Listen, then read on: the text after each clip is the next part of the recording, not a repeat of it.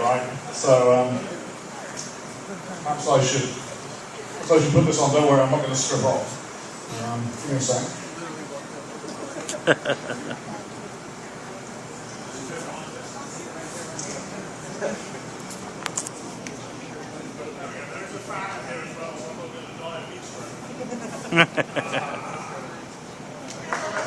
There you go.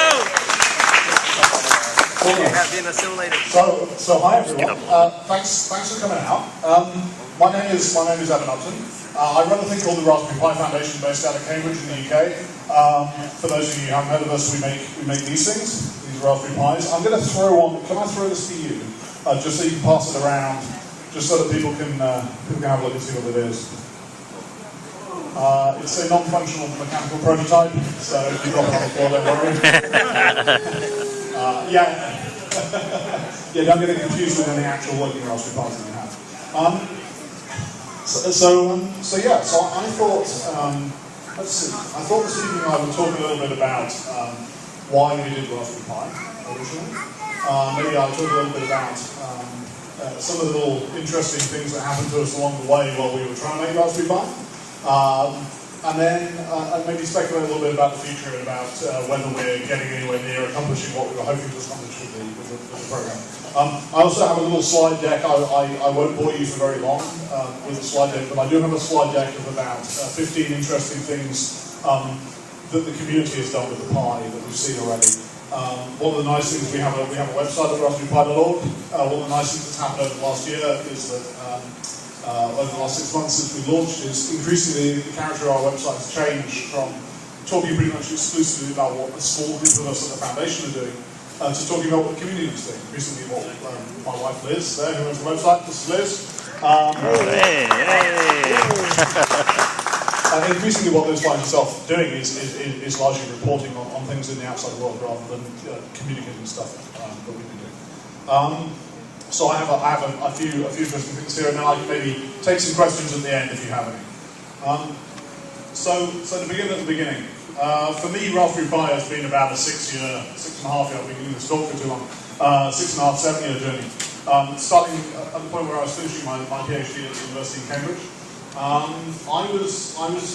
All while I was finishing, I overran. I told PhD students I overran. Got one in my pocket already. And one of the things I did to pay the bills was I worked as what's called a director of studies. The job of the director of studies is to organise the undergraduate teaching for a college, and also to try and find new undergraduates, to try to ensure a supply of undergraduates. And so what this involves doing is, in their final year school, high school kids turn up in December. These little frightening people turn up in December, and you subject them to an hour of grilling, and then you try and decide on the basis of that grilling whether you're going to make them an offer and what you're going to offer them in the way of an exam condition. So, and it was actually quite a depressing experience. Now, I came to Cambridge in the mid-90s. When I arrived at Cambridge, the computer science tripods had the same kind of level of oversubscription that most Cambridge courses have, which is to say we have 6 or 7 people for every place. So for every place we have in the course, 6 or 7 people wanting to fill that place. The computer science course has 80 or 90 places, and that meant we had 500 or 600 people applying to read computer science. And that's fantastic, of course, because that lets the university be incredibly choosy about who it allows in. And the wonderful thing about the people we allowed in, and probably quite a lot of the people who we rejected, was that all of them knew computers in really quite intimate detail. You had a lot of people who came in the door, typical skill set would be a couple of assembly languages, a lot of graphics stacking. I came in the door having done a lot of Amiga programming, and with 6502 and 68,000 assembler.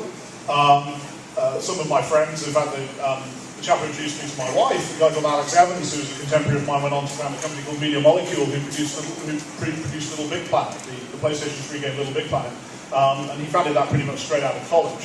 So there were people with a vast amount of knowledge.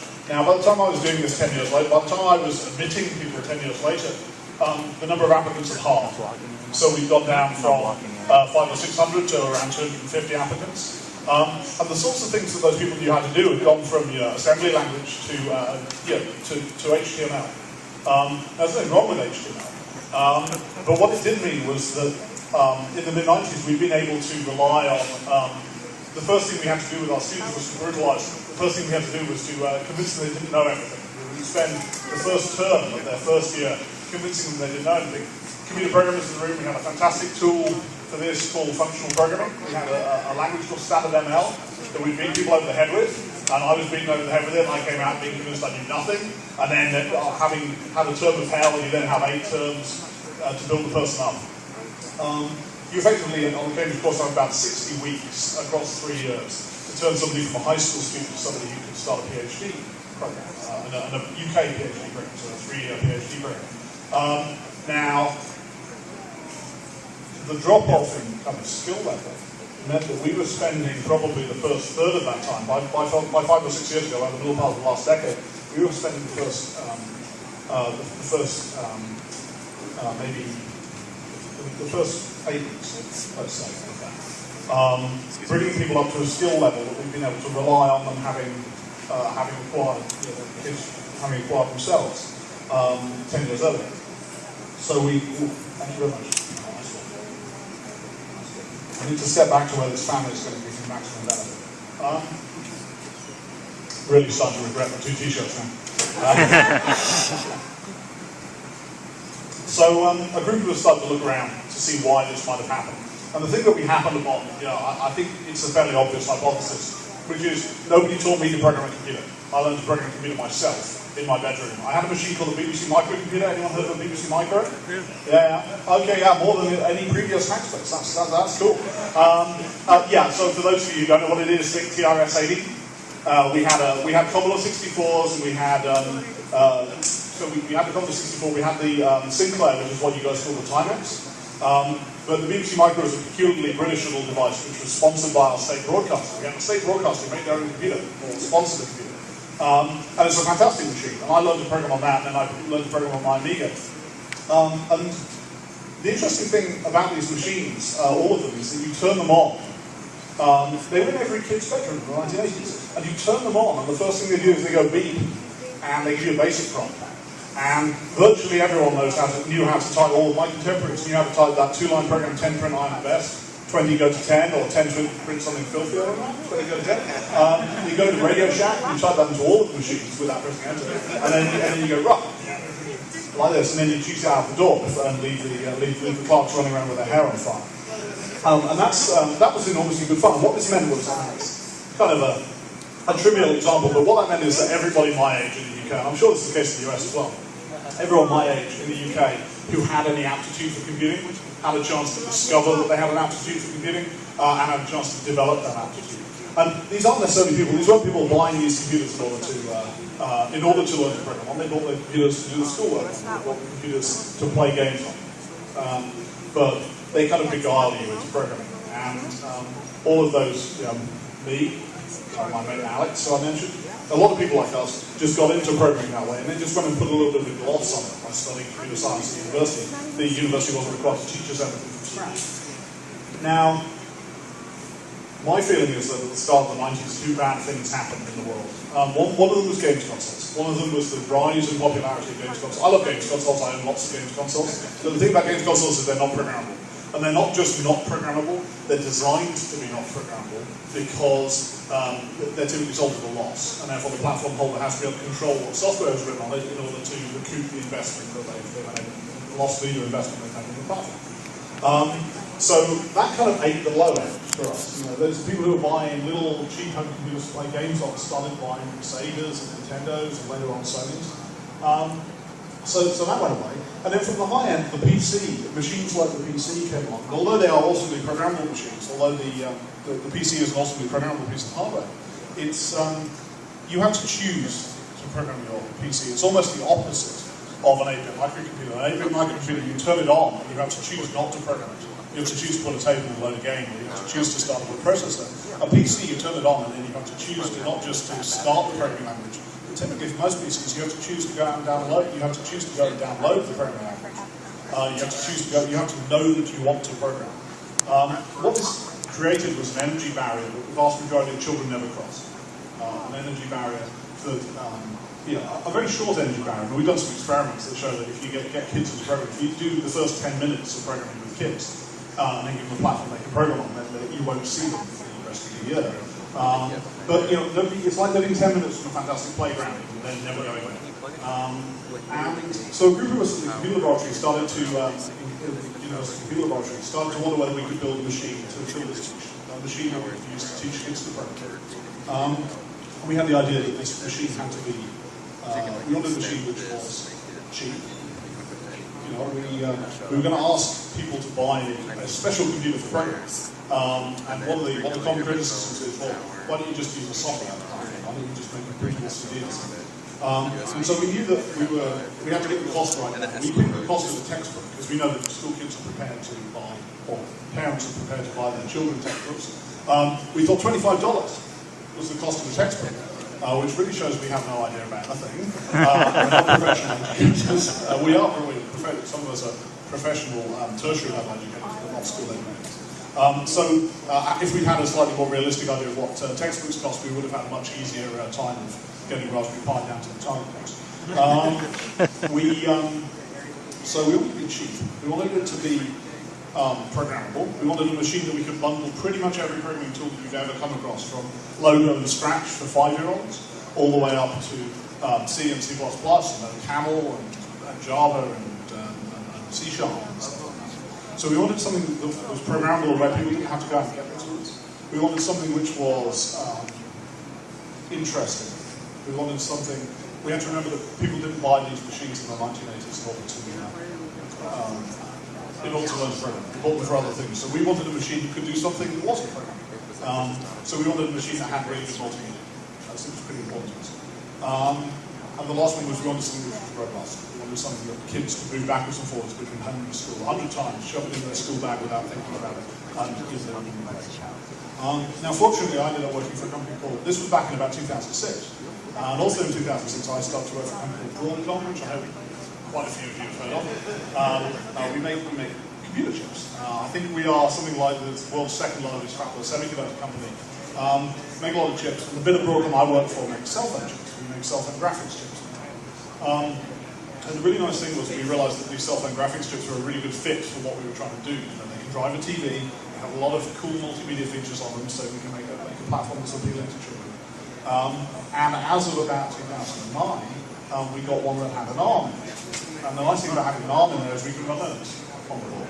So around about 2008, this group of us at the Computer Laboratory incorporated a foundation, a British charitable organisation, not-for-profit, called the Raspberry Pi Foundation. We hacked away on making this machine. I weaseled these chips out of Broadcom, considering a personal effort. Round about May of last year, we got to the point where we had some prototypes. And we were trundling along at our own pace, trying to solve this little problem in Cambridge. We thought we were going to make 1,000 of these. This was our kind of ambition. And because we're nostalgic, we really wanted, and most of us on the foundation got our start with this BBC Micro Foundation. We really want to put the BBC brand on. We kept going to see the BBC and saying, hey, we won't charge you any money, and we don't propose that you charge us any money. Why don't you just let us stick a BBC sticker on this thing? Everyone will know what it means. And we were going to make 1,000 of them and give them away to people who came to open days at the university as a platform for learning to program. We had this idea that people would come in June. People tend to come in June of their penultimate year at university for an open day. And what we thought we could do is give them one of these Raspberry Pis. And then when they came back in December for their interview, we could say, what did you do with the free computer we gave you 6 months ago?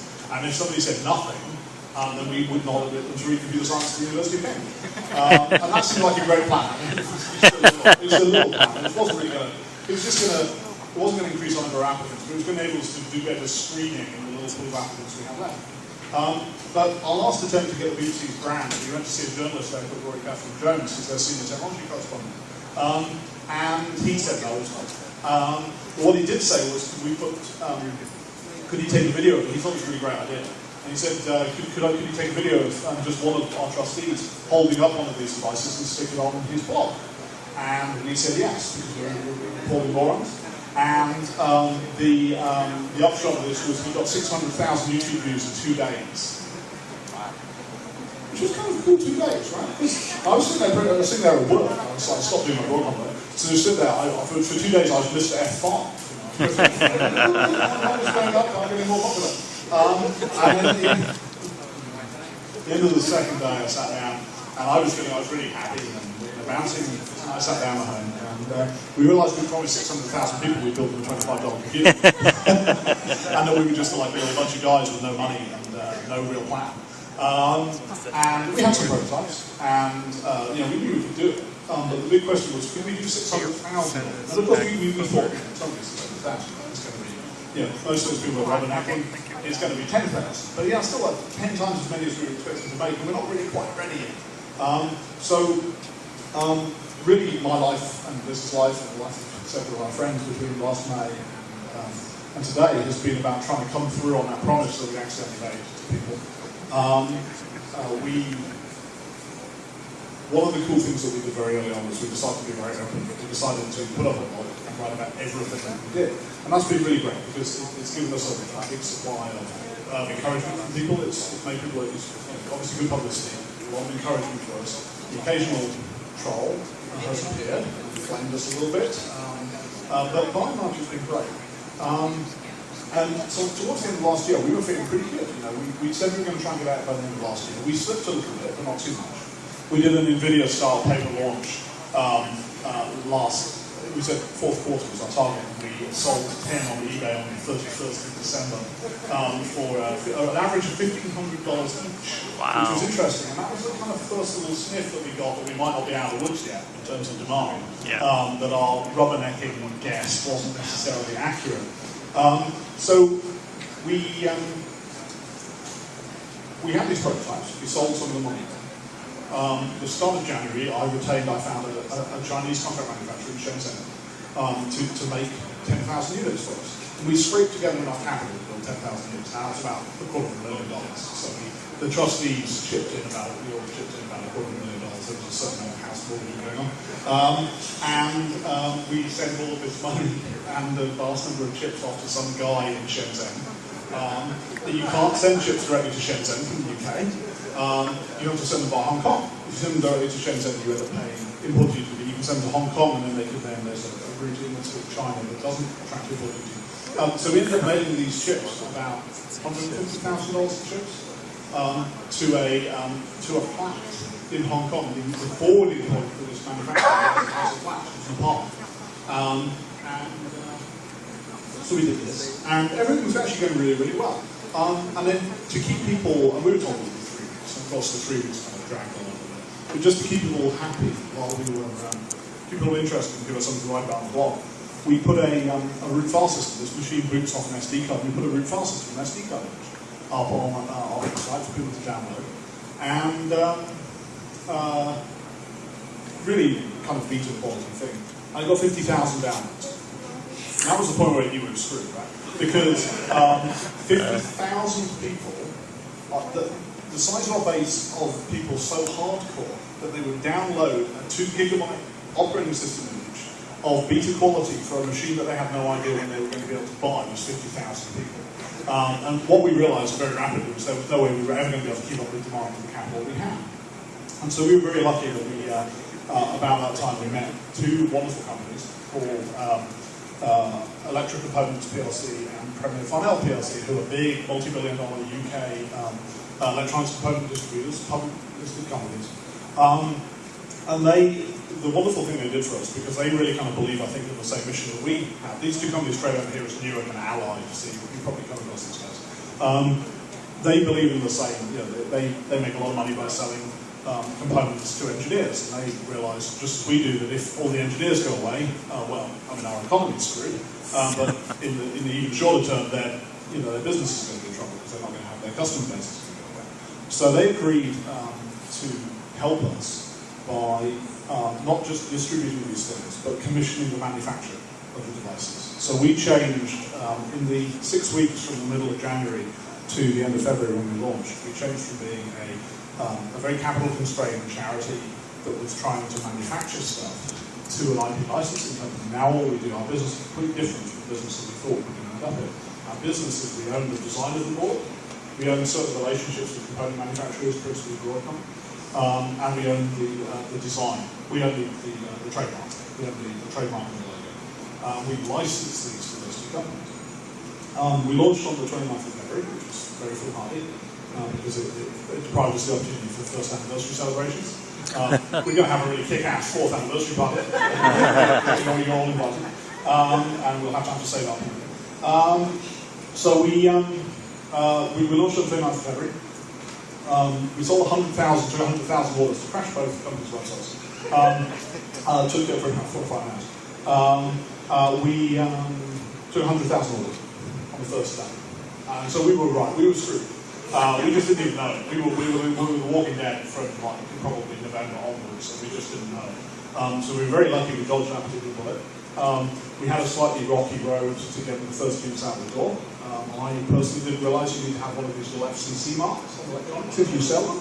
And we were very lucky because, of course, we've already committed units to manufacturing. You can't test a PCB into performance, right? A PCB is either conformant or it's not conformant. We were very lucky that when we tested it, we discovered that it's a testament to people like us who did the hardware design, that it just sailed straight through. So that was really nice. So we've been out for about 7 months now. We sold about 400,000 units. Got probably about 100,000 in backlog. One of our distributors is backlogged. The other one is actually shipping with about a 2-day lead time, so you can buy as many of these as you want for projects, which is kind of cool. We hope that we're going to sell. We probably hope that we can do about 1 million units in our first year. We're not going to quite get to 1 million units by the end of December, but we'll get to 1 million units by the end of February. So we've got 1 million units off we have no employees. $35 million a year company with no employees. It's kind of cool. They have one full-time volunteer. Just hard an employee. We might even start paying her or something. I still work for Broadcom, so we're very lucky that Broadcom's been very tolerant of my tendency to wander off and do That is awesome. So yeah, it's been a wild ride. And the really nice thing is that our charter is a foundation, our charter is a charity, doesn't say make lots of small computers. And in particular, it doesn't say make lots of small computers for the people in this room, right? We kind of have this feeling before you get into the hands of kids, we have to flood fill all the people in this room and all the millions of people like you in the world who are adults who know about computers and really want to do cool stuff with them. So the foundation's kind of making small computers and selling them into the maker community is an accident at first, but it's a really happy accident because it's caused a lot of the work people here have done, and people like you have done, has tended to toughen up this platform and make it much more attractive to children. So now, as the foundation starts to kind of pivot back towards actually addressing our primary market, we find ourselves holding a platform which is, for me, almost unrecognizable in software terms from the platform that we had from when we first started shipping back in April. So I just thought I would wrap up my little talklet by sharing a few pictures of interesting things happening.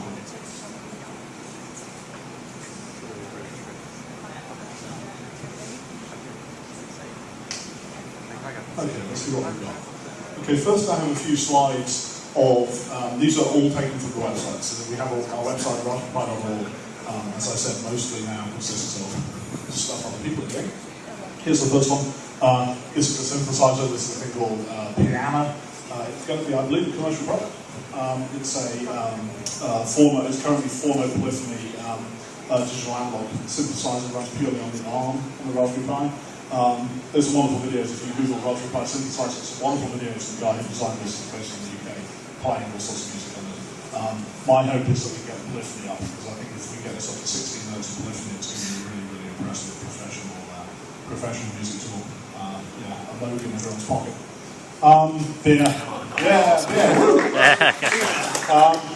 Who'll believe how many people are using this thing to reveal? You would have been. It's a mixture of people. I mean, there's obviously, homebrew people, but actually quite a lot of craft brew scale people. There's I think today's blog post is a thing called BrewPi, which is a recently released open source platform that uses Raspberry Pi Arduino to provide a web interface, a web front-ended system for controlling the environmental setup inside your brewery. So that's really cool. We have done a licensing deal with somebody to produce a Raspberry Pi Raspberry Porter in the UK, so I know what I'm saying that's something. Awesome. It would be not fair to our fans to put our brand on that substandard product. So for that. Penguins. This is Penguins Puzzle. So I said that it was important to us that the Raspberry Pi was interesting for kids, for reasons of the programming. We've ended up with a platform that has rather more graphical performance than the PlayStation 2, rather more graphical performance than the Nintendo Wii. Play 1080p video. The one thing that's missing from this is all the Xbox Media Center things that we're going to be doing. So this is, we're really hopeful we're going to start seeing some professional games, professional quality games on the Pi over the next year. This obviously is not a professional appearance game. Our water effect is incredibly expensive to render. That's the salt to look how much processing power we have. It's good fun, and it comes shipped with every Pi now. So if you get a recent operating system image, you boot the Pi, type Penguins Puzzle, then you get the Penguins Puzzle. It's good fun. My good friend of mine. This is Adafruit. You all heard of Adafruit, right? We're a little organisation. We're an almost complete virtual organisation, and we're based in the UK. So we don't have a permanent physical presence in the United States. We are incredibly fortunate, incredibly grateful that Adafruit have taken the Pi to their hearts. Every Friday is Pi Day on Adafruit. This actual example isn't right with the Pi. We've been on, I know, Liz keeps wanting me to change the picture, and we've been on the road and I've had access for 3 days now. But yeah, so every Friday they do something cool with the Pi. They've done a version of this, which is a kind of painting with light, persistence of vision hack. And they found it really, really useful. They're producing lots of really nice examples, support hardware, and support software for the Pi. Thanks, Adafruit. Fish. It's Fish Pi. This is supposed to be an autonomous little boat that's going to sail in the Atlantic. As you can see, it's a very early prototype consisting of an ugly motor hull and a Tupperware container. I think that there is a Kickstarter project for this. If this picture has convinced you that this is the thing that's worth funding, then you can go on Kickstarter and fund it. I actually think their pictures on Kickstarter are rather more impressive than this. And again, Liz wants me to use that. Sorry. This one's cool. Yeah, we're in space. We're on the space coast right here, almost. Close to the space coast. This picture was taken from, heartbreakingly, 39.992 kilometers up. The balloon burst 8 meters too early. But it's a picture, Pi now holds the record for the highest altitude picture sent down from an amateur bit. It's a weather balloon. Obviously, lots of people send up digital cameras onto weather balloons and take pictures and then recover the camera and get the SD card out. This is the first time someone's gone to this kind of altitude and used a slow scan radio transmitter to send around packetized JPEG pictures. It's launched in southern England, and their pictures, there were packets being received in Northern Ireland, and all over the place. So the lovely thing about this from an educational point of view, so the pivot back towards the educational thing, the other thing about this from the point of view of education is this is within the budget of every high school, of every school. And there's no high school that couldn't afford to do this very easily. And I think that this is a hell of a lot more interesting than what the stuff I did in science license. So, we really hope that people are going to use the Pi. We've got a few other ones like this, sort of cosmic ray observatories and distributed radio telescopes and stuff that we hope people are going to build. Kind of things we call citizen science projects. We think this is a really good way to use the Pi, not just as a way of teaching computer science, but as a way of getting people interested in the STEM subjects of all sorts.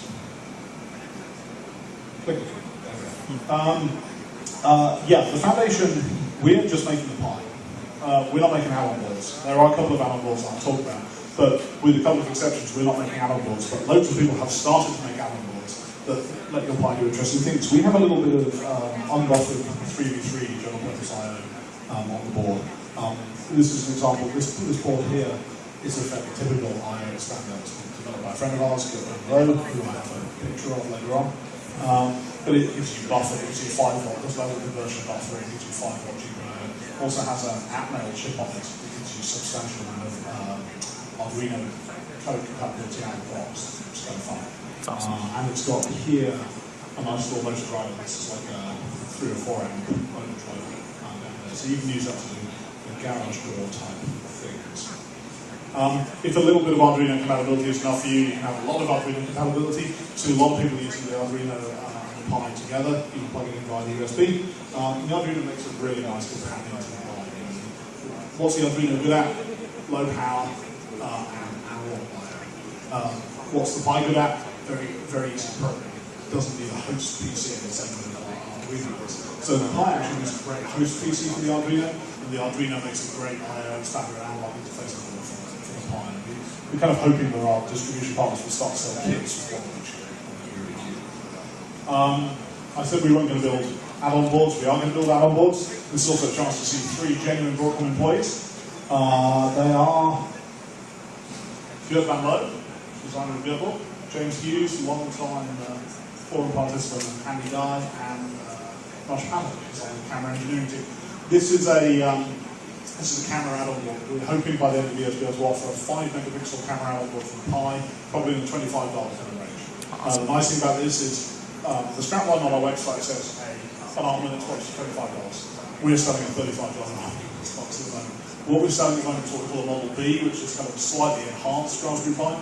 The ones we're going to backfill with Model A, which is the same as the one that you may all see. Doesn't have networking or anything, has one USB port. The nice thing about that is if we get this camera board out for $25, you'll be able to go out the door with a 5 megapixel, very low power wireless imaging platform for under $50, which I think is going to enable a whole lot of cool new applications for ladies and for kids. Yeah, engineering is ongoing on that. Book, I wrote a book. I feel such a feel bad. We have these things called Raspberry Jams in the UK. Raspberry Jams are absolutely fantastic. They are kind of a cross between they weren't done by us. They were organised by a very enthusiastic teacher from North England called Alan O'Donoghue.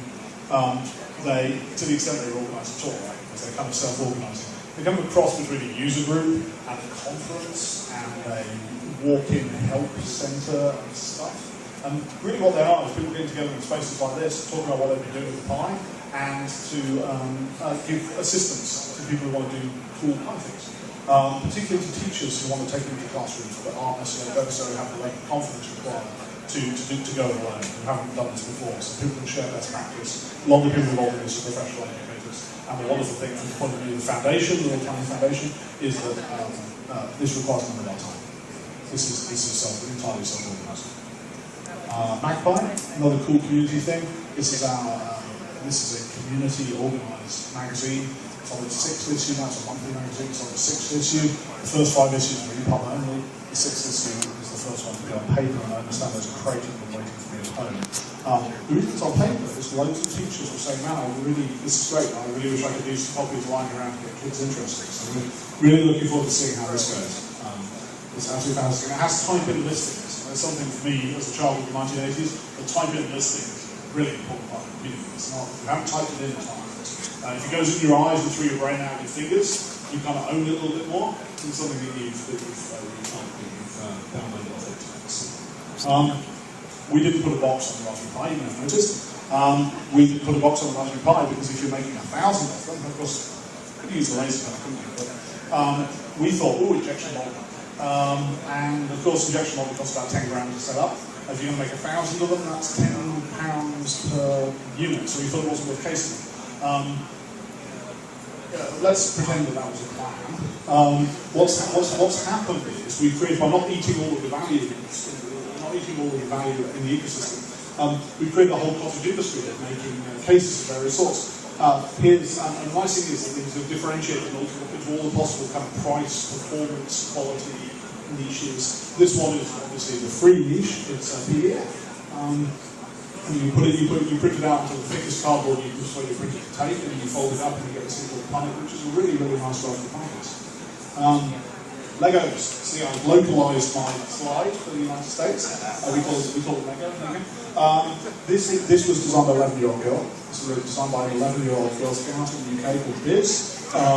She designed this, and we publicised it on the blog, and you can now buy a kit online to build this, for which Biz gets royalties. That's awesome. Which, because she's an 11-year-old girl, she takes in the form of Lego.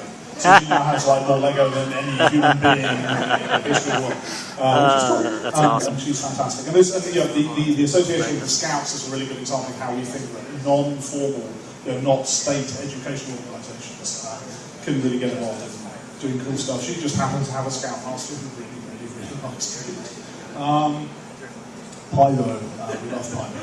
I saw a prototype of this about, 10 weeks ago. This was designed by a guy called Paul Beach, up in North England, up in Sheffield. He designed our logo for us. Our logo was designed in a contest. And then we met him, we hadn't seen him for a while, we saw him at the conference, and he came up to us holding this thing, which was made out of stacked laser cut acrylic, and it was a case for Raspberry Pi. And he was showing it to us, and he was showing it to us for about 10 seconds, and this little girl walked past, a 7-year-old girl walked past, and him just like, is that a Raspberry Pi case? Where can I buy one? And I think that was the point where he knew he had a hit on his hands. He's ramped in 10 weeks from nothing to running a little factory in Sheffield with a whole heap of laser cutters and some employees. He's basically mined out the entire supply of Perspex and sold thousands and thousands and thousands of units, and they're available in retail in the UK. And so this is a really good example of what we see. Pi creating business opportunities for people. We are really intensely relaxed about people making money out of the Pi, about creating an ecosystem around the Pi. This is just a wonderful example. It couldn't happen. Certainly couldn't happen to a nice guy, as Paul is an absolute dude, even if he does now smell the burning Perspex all the time. We said we were getting back towards actually teaching people things. Here are some kids. Here's a kid. This kid is called Mikey. He's in the UK, and I believe he's using MIT Scratch to learn to program. He looks. I'm sure actually someone's got a cookie holding it just like a camera shot. But it's really encouraging. Right now, some people like us, but many of us have children. And so one of the nice things that are happening is engineers are using the Pi as a way to talk to their kids about what they do, about what they find exciting. And that's really, there previously hasn't necessarily been a platform for doing this, and that's really nice. We were initially focused, I talk about the UK a lot, because we were initially very famous on solving these problems in the UK. Turns out kids everywhere want to program. These kids are in auto production in India. Exactly the same thing you can in fact see in this one. You can see on the screen that it's proof they're using MIT Scratch. You zoom in on now. So this is really encouraging for us. We try to have this little impact in this little corner of the world, and we're having an impact elsewhere. In fact, here's a picture of the impact we're having.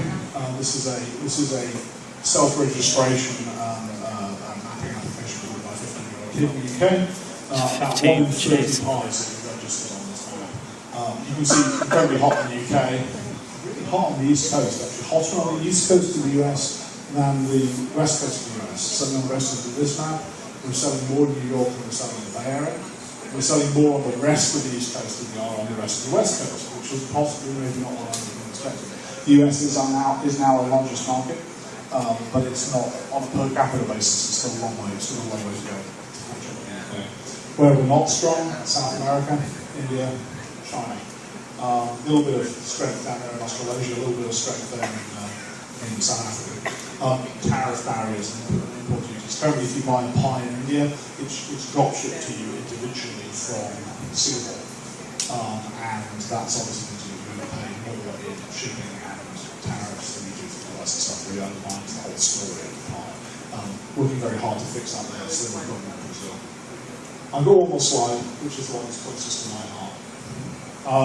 I said we were building these things in Shenzhen, we're not anymore. We're building in Wales. Which is where I was born. And is really economically depressed bit of Britain, because we used to they invented the process, they invented the decimer process just off the road from this place, which is how you make steel. Right. All of Carnegie's money comes from the 10 miles of it. Industry kind of really fell apart in the last 20 years. Very depressed area. The wonderful thing though is that there has been a history of contract manufacturing in South Wales. This factory is Sony. I didn't even know Sony did electronic contract manufacturing. They, as of about a month ago, have been building the majority of Raspberry Pis. They bought them for roughly the same price that we were able to build them in China. This is an amazing realization for me. I think I naively assumed that because everyone makes things in China, that's the cheap way to make things. I don't think that's true. I think we've actually crossed over to a point where it's now cheaper to build in the West because shipping costs are only going one way, currency is only going one way, salaries in China are only going one way. I believe that in the next 5 years we're going to see a hell of a lot more of this, and this is really, really encouraging. This lady's called Jane, and she's one of 30 people who works full time in the UK building investment units. So that for me is personally, probably the nicest thing that's happened with Raspberry Pi over the last 2 or 3 months. I'm done. Thank you very much.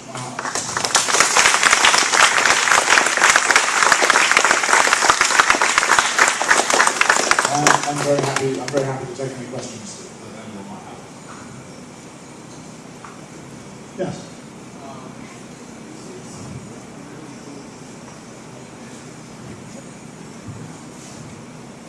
We've seen some really cool advances in just the huge focus that's been out in hardware design. I'm guessing a lot of it is feedback from the community going towards better ways to power it, better ways to use it. Where do you see the hardware modifications going in future revisions? Where do I see hardware modifications for the foundation? So yeah, we just started shipping Rev 4 about a month ago. So what we call Rev 2 boards, which are effectively it's a little tweak on Rev 1 that fixes at least one bug that was spotted by a community member, which was nice. As we released, although we haven't released, we're not open hardware yet. We haven't released the drivers. We have released the schematics of someone who's spot power supplier, and actually inconsequential power supply bug, but certainly something we told to fix. So a little power supply fix, brought out a little bit more GPIO, just tweaks to make things nicer. And more manufacturable. So there were some tweaks to make it more manufacturable based on feedback we had from Sony. I think we're going to see one more revision. I think what we said we're going to do a version which has a higher class of FCC, certain parts, which gets the class being the FC class, and just highlight a few more things. I think we might even pull in that USB connector that's dangling off the edge, and I think we can pull that out. So little things, but basically electrically we're done. I think from the software, from what the software, there's a little software difference between a Rev 1 and a Rev 2 board. The software point of view, I think we're done. And that'll be the point, it's hopefully before the end of the year, just signing the contracts and working out. And hopefully not be done before the end of the year. And then when we've done that, we'll open the hardware. That would be great.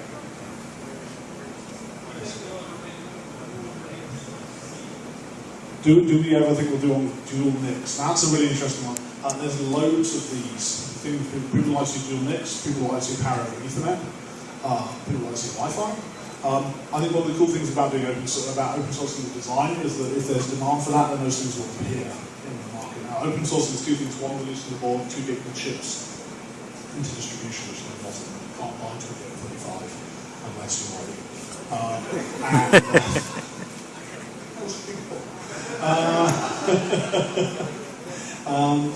Yeah, I was talking to the CEO of the company the other day, and he said, "It's pretty cool. You guys have got like a custom chip for this." We want to try and get those into distribution, so people can buy them 100 off maybe. I don't think selling them one-off makes a lot of sense, because you do need kind of fairly sophisticated service to put them down. But yeah, selling them 100 off would enable a lot of exactly that sort of thing. Dual NIC, Wi-Fi, multi-Wi-Fi. I'm actually quite interested in kind of mesh networking type things, which have multiple Wi-Fi chips. I might actually go with that myself. Or actually do it. I mean, there's always been this thing where when we first announced, a lot of people said, "Now, aren't you worried people will rip you off? Aren't you really worried people will steal your ideas to make a cheap computer?" And we had all this interest, and I actually secretly was wishing they would, because it's been very hard. Maybe I should like slow my shoulders a little bit more and look a bit more depressed, because it has been a really tough year, and all the way through the first half, we kept thinking, "Man, I really wish someone could rip us off," because then I could go and buy a cheap computer. That would be cool. But in the end, the only way to make a cheap computer was for us to do it. So yeah, I would hope that next year is the year of 1,000 units. People who have, it's actually a fairly low tech. We've kept what we call the PCB technology level low. It doesn't use features like, there are features like via in pad and buried vias and stuff, which you use on a lot of non-high-tech PCBs, which mean that it drives the PCB cost up, and it means that you have to get the PCBs made in large numbers. We've actually been very restrained in our use of these HDI features, high-density features. So we actually believe that we can economically make these at 1,000 off. And I think that, your dual NIC thing, certainly if I had 1,000 of those, I wouldn't have any of them tomorrow. So we're hoping that some of them will come up. So, short question, long answer.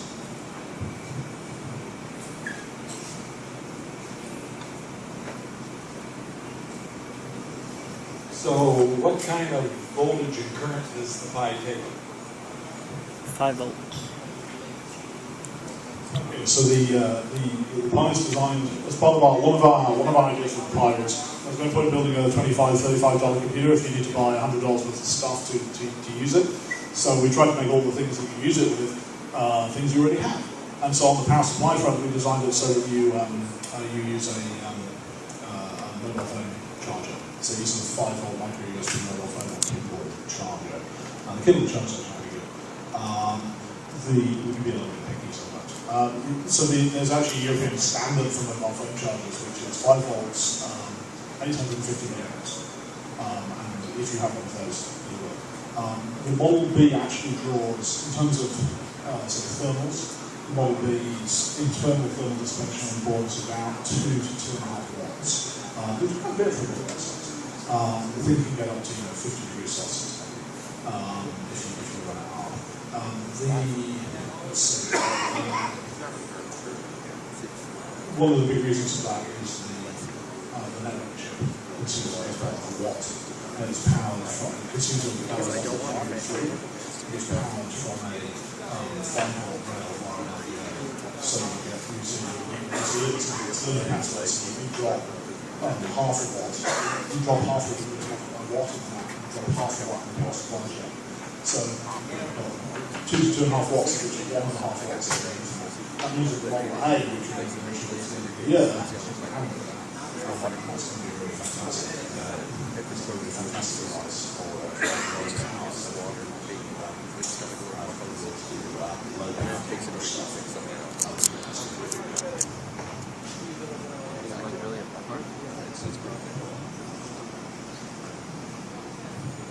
What's been the most surprising way that the Raspberry Pi has been used? So an unexpected thing that just surprised you. And the second question, are different parts of the world using Raspberry Pi differently?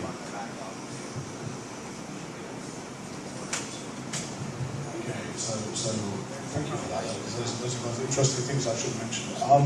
Surprising uses. I mean, the space one didn't surprise me, but it pleased me very much because I'm a big old space cadet. If I wasn't at Disney tomorrow, I'd be down in the cave. So the space one was good. In terms of actual surprises, I guess what I always quote is there's people who all of those machines from the 1980s that I mentioned, even the least successful ones, still have surviving user communities. And I've seen a number of there's one in particular, Sinclair QL, which was the follow-on to the Spectrum, which was the UK version of the Timex, was never very popular or successful, but actually quite an innovative machine, and it has a user group. And one of the very first ones, about the second day after we accidentally announced it on the BBC, I got an email from someone in the QL user group saying, could we put one of these in a Sinclair QL box and make it boot a QL emulator and pretend that we're using QL?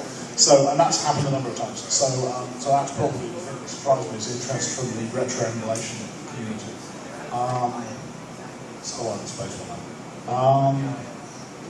People in different parts of the world use it in different ways. I think we're starting to see the first sniff of the possibility that people in the developing world may be able to use it as a general purpose computer. This wasn't designed as a general purpose computer.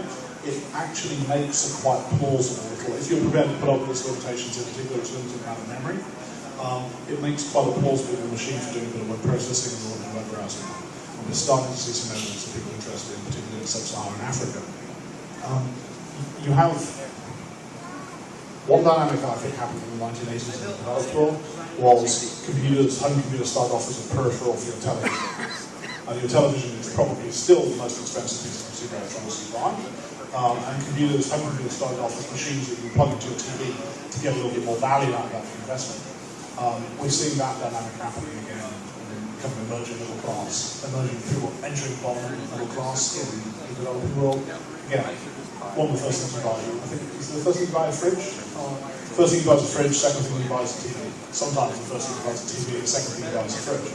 And those people are, I think we can offer them a really cost-competitive solution to get a high-end computing experience. And doing one or two targeted pieces of work that I'm not able to talk about during to support that particular use case.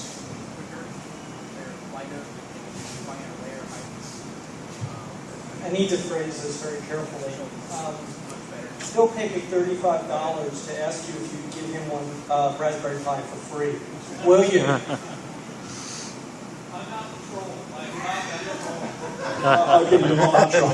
Okay, you're not Steve the Troll. Okay, you're not Steve the Troll. I can't give you a free Raspberry Pi. I understand. I give the Hackspace a free Raspberry Pi. Can I give the Hackspace a? I mean, there's loads of. I'm sorry, it's the very least I can do for the fact you actually made Raspberry Pis, which is good. But yeah, I mean, thank you for having me. And yeah, I've seen that there are already loads of Raspberry Pis around, but that's like one more Raspberry Pi to put in the mix. So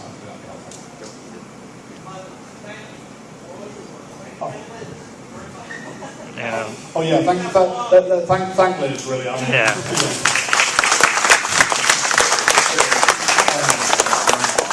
Check her out. She's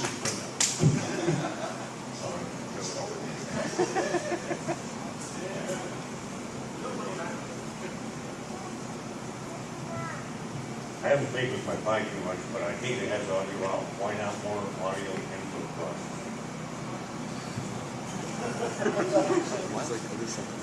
got some funny stories there. Why not more audio input on the device? Audio out. Those of you who, anyone played with the analog audio out on the Pi? Yeah, you may have noticed it's not very good. It's got better. Really, if you played with it and you are disillusioned with the analog audio output, we found a number of software level bugs that are fixed in the latest firmware release, and it's way better. It's still not CD quality, but it's now like an FM radio station that you're near rather than an FM radio station you are far away from. So why not more input? The reason is the output is the filter PWM3, which can cost you a couple of caps and a resistor. Input would have involved putting some analog sampling circuitry on board now, and pretty much the whole ethos of the design has been not witnessing design if they cost money. The interesting thing is we're building a camera board, and we're complete imbeciles because when we designed the PCB for the Raspberry Pi, we've got that if we put a connector on for a camera, we've got that people who want to take pictures often will see what we put that. So we didn't put anything on that connector to let you bring audio onto the device. So what goes on that connector? You've got a mid-PCSI, two-lane mid-PCSI differential pair camera interface, and an I2C interface for controlling the camera module. We've been designing the camera module over the last month, and the biggest effort has been working out a way to squeeze an acceptable quality mono audio stream over the I2C bus. And mono audio is not a lot of data, but it's a lot of data by I2C standards. So there's a whole lot of. We actually end up with a DS pick on these nice new 30-bit DSP capable pick devices on the camera board. And actually gives us both the A to D sort of little amp, of a little button microphone, an amp, and then one of the DS picks. And that gives us both the A to D, the I2C interface, and enough DSP power to compress the audio and push it over. But yeah, that'd be a good way to go. Maybe someone will, the other thing is the Rev 2 board brings out an I2S interface, which you can use to plug like a Wolfson with, that we expect very shortly someone will produce a Wolfson audio codec that will drop into P5, which is really going to introduce the second Rev 2 board.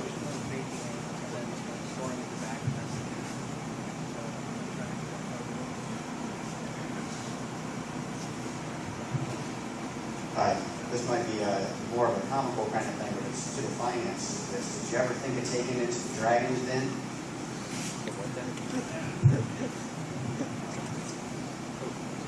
Did I ever think of taking it to the Dragons? We did a little bit of this. We did a little bit of talking to angel investors and people. We did a lot of talking actually to governments. There are regional developments matching funding type things, so if you get some funding, you can let government chip in or guarantee a loan or something. We were universally told it was on sale. Yeah, we could have gone on Dragon's Den, it would have been it would have made it really entertaining. Because of course, I don't know what it's like over here. In the UK, Dragon's Den has there are these wonderful examples of things that the Dragon said were unsayable that go on to be million so the one I liked best was an electrician who had you get like a plug block for joining cables together, and then what they normally do is they wire the plug block and then they just wrap insulated tape around it. And what he had was a plug block that was molded with a little case with a clip around it, and then you put it together, put the case closed. And they told him that was unsayable, and I think that's how it's for every hardware store in the UK.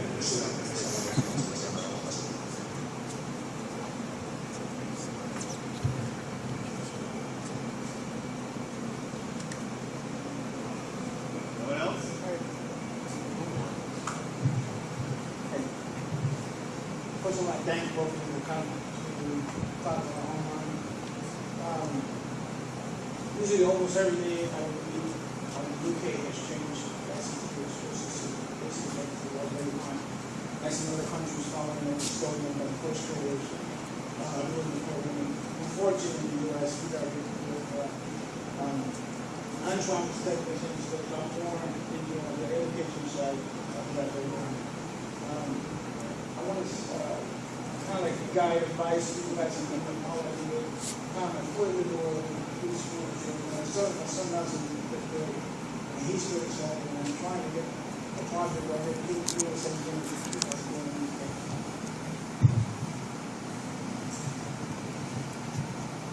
So we've been incredibly lucky, I think, in the UK, when at the time at which we've come along at a time when the problem with computing education, the problem with any kind of educational thing like this is education is a pipeline. And you start pouring 11-year-old kids into one end of the pipeline and they fall out 10 years later as 21-year-old graduates and into industry.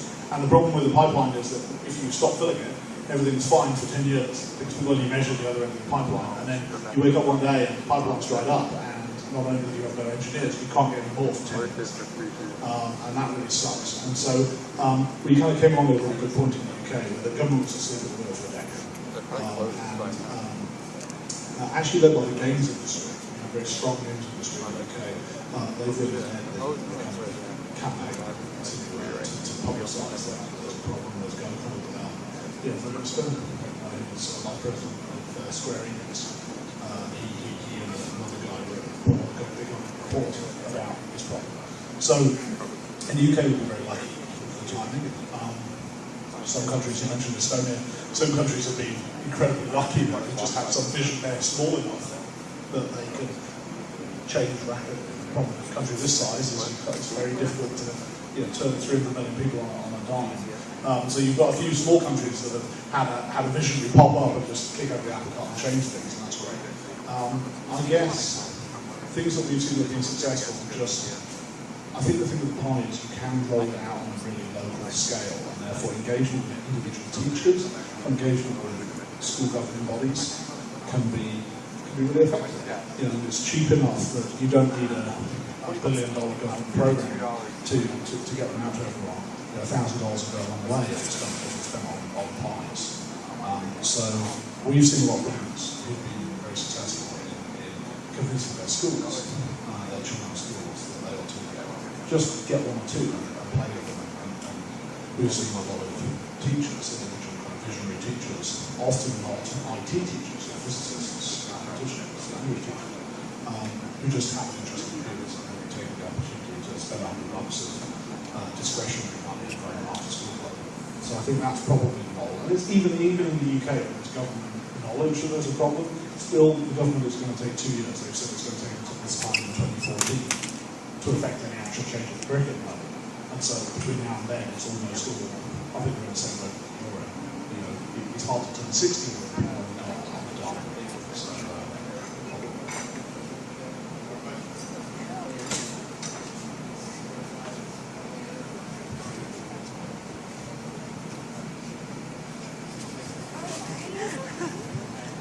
So based on what you just said, it sounds like the foundation doesn't have any external institutional support at any governments or school districts, so you have to be scrappy and entrepreneurial.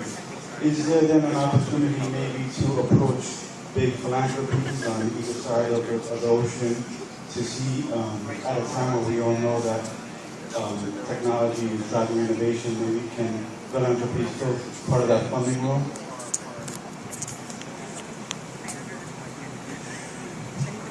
Absolutely. I think that to some extent Raspberry Pi, the story of Raspberry Pi has been about us becoming less and less ambitious. I think when we first started thinking about doing it, we were going to have a curriculum, and we were going to have a bunch of teaching material, and we were going to have outreach branch, and that was going to involve exactly that sort of activity within the foundation. We're going to have to go, we're going to have to be a traditional charity, we're going to found philanthropic, individual or institutional philanthropic donors to support us.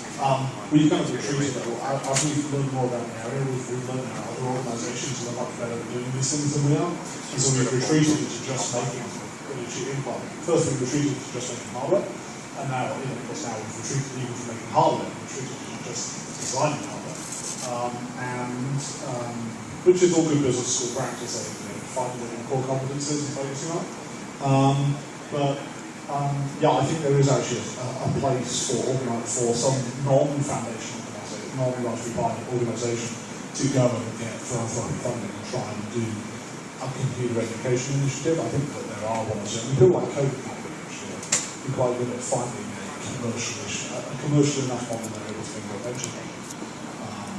So I think there is scope for someone to do that, and I think the Raspberry Pi's involvement in that could be A, promoting it, and B, providing a really cheap computer for it. So we're ambitious, we're independent.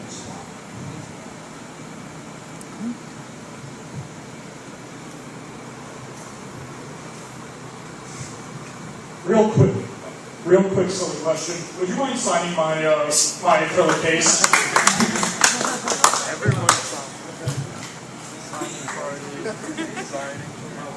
I would not. I would point out how weird Simon stuff. I have to say this every time. It does happen. It happens quite a bit. I have to say every time. It's like, actually, the people who should be signing it, I would encourage you to get this and sign it. If he was here, the guy who really loved to sign it is a guy called Pete Lomas, who did the hardware design. We have a. We produced these prototype boards in December of last year. The prototype boards turned up on the 22nd, 23rd of December. They didn't work. He designed them himself. They didn't work at all. There were two necks in the PCB design. There's some ambiguity in some basic Broadcom fed in, and these two necks were not connected. Unfortunately, there were two nodes in the girdle which were close enough on the top surface that would scratch away the resist and put a solder bridge between them. They all worked fine. We sold these are the 10 that we sold on eBay, and they haven't sure we can tell it's still a solder box. The Rev 1 board, which we sold 300,000 of, is that PCB design with the bridge implemented as a hand-drawn polygon in the girdles. Right? And they're great boards. They just work, and then if you play with them, they just work. So really, if anyone should be signing things, it's Pete, because he's the walls character here, and he's very, very, very bright. He is there. It's in Cheshire. It's in Warrington. Yeah, he's currently in the North Midlands. I keep trying to persuade him to do these things. He actually gives a really mean talk as well, so maybe he'll do the next small talk after this one. Thank you.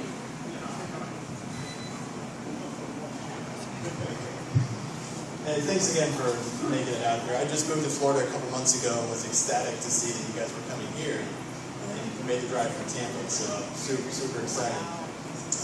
That being the case, I'm interested in the Raspberry Pi for actually high altitude balloon experiments and everything. And was just wondering if you could elaborate a little bit more on that example that you shared about sending actual images back, because I'm trying to do something similar to that, but on a bigger scale, but I haven't really seen much on my internet searches about almost live broadcasts back, and that kind of seems like that's what it used to be.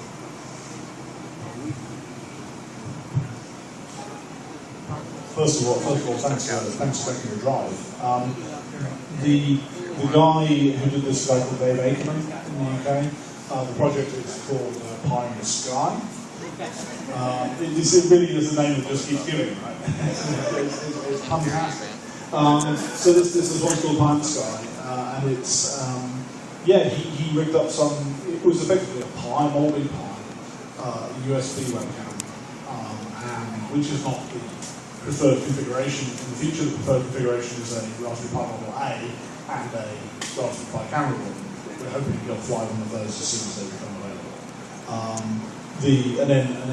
Then software JPEG, very low resolution pictures, I think QVGA, and or lower, maybe even QVGA, software JPEG encode, and then broken up into packets, striped, error correction code applied, and then pushed across some sort of very low bit rate radio thing. It is interesting how few people have done this. I mean, this is how you get his altitude record, right? Lots of people do the camera thing. They send up a DSC thing. I was pretty surprised that it was novel, but it is novel. And yeah, the same thing. When you say the same thing on a bigger scale, what do you mean? You don't have to say it. No, I can say it. I know it's actually a remarkably competitive field, isn't it? Right, yeah, and I've seen many companies that throw up high altitude balloons with Wi-Fi for like disaster type things to get through Wi-Fi. So I'm trying to make it to where we can get the first tweets in space, to where we can send up a computer, have a screen, and see live people tweeting. It's like with near space behind. Oh, that would be really cool, isn't it? So what, send the screen and the camera? Yeah. So, yeah. But I mean, it wouldn't be like a full screen. I'm thinking it's like a low-land LCD screen.